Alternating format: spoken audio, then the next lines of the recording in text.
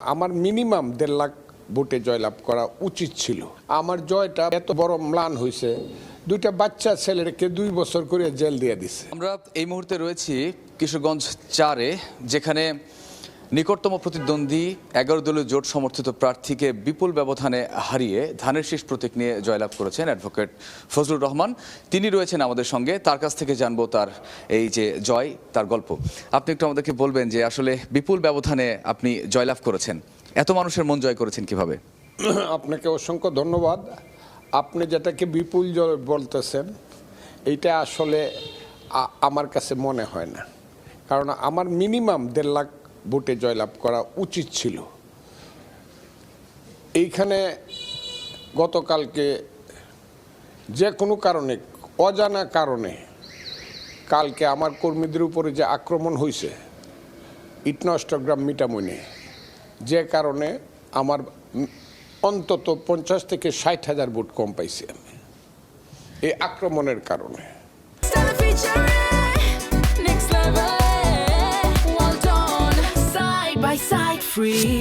150টি কেন্দ্রের ভেতরে অনেক জায়গায় আপনি সারাদিন চষে বেরিয়েছেন, সারাদিন ঘুরে বেরিয়েছেন এবং আপনি দেখেছেন যে কেন্দ্রের কি অবস্থা।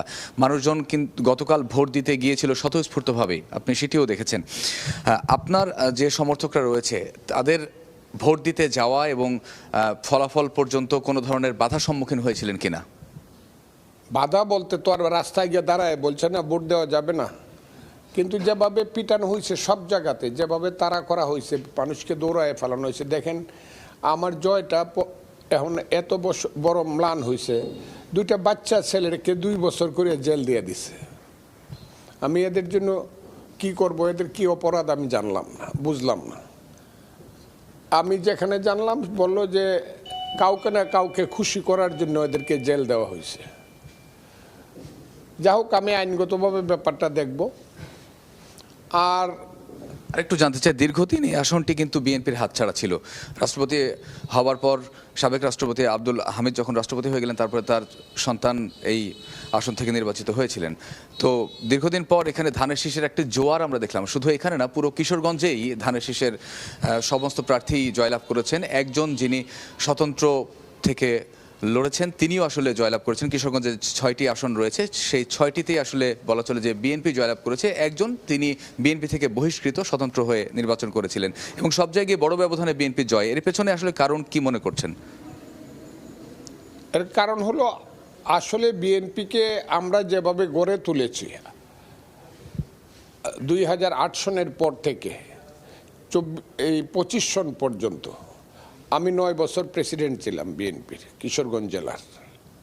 আমি এখানে সংগঠনটাকে যখন Abdul Hamid president, Syed Ashraful Islam local government minister, অথবা Zillur Rahman president, Abdul Hamid speaker, Syed Ashraful Islam local, তখন কেউ যখন দায়িত্ব নিতে চায় না, জীবনের রিস্ক নিয়ে আমি কিশোরগঞ্জের দায়িত্ব নিয়ে 9 বছর কিশোরগঞ্জটাকে, সংগঠনটাকে দাঁড় করাবার চেষ্টা করছি।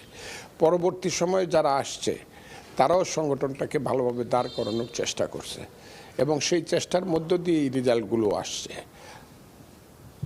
হ্যাঁ, আপনার এলাকার মানুষ যারা আপনাকে ভোট দিয়ে নির্বাচিত করেছে, তাদের জন্য আপনার কোনো বার্তা আছে কিনা?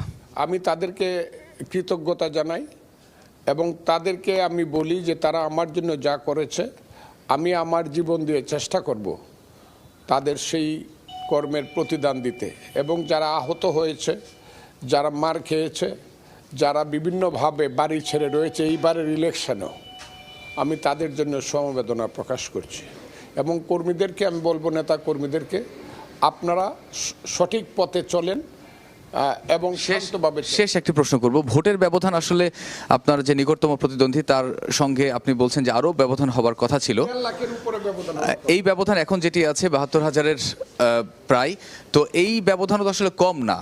তো এত বড় ব্যবধানের কারণ কি, এক কথায় যদি একটু বলেন আমাদেরকে। এইটা আমি ব্যবধান মনে করি না, আপনাকে বললাম।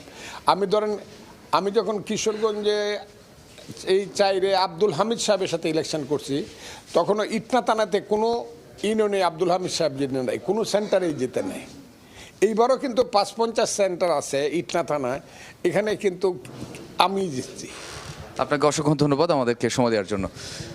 আমরা এতক্ষণ ছিলাম কিশোরগঞ্জ 4 আসনের ধানের শীষ প্রতীক নিয়ে যিনি জয়লাভ করেছেন অ্যাডভোকেট ফজলুর রহমান, তার সঙ্গে কথা বলছিলাম। তিনি জানাচ্ছিলেন তার যে বিজয়, সেই বিজয় পরবর্তী যে প্রতিক্রিয়া সেটি আমাদেরকে।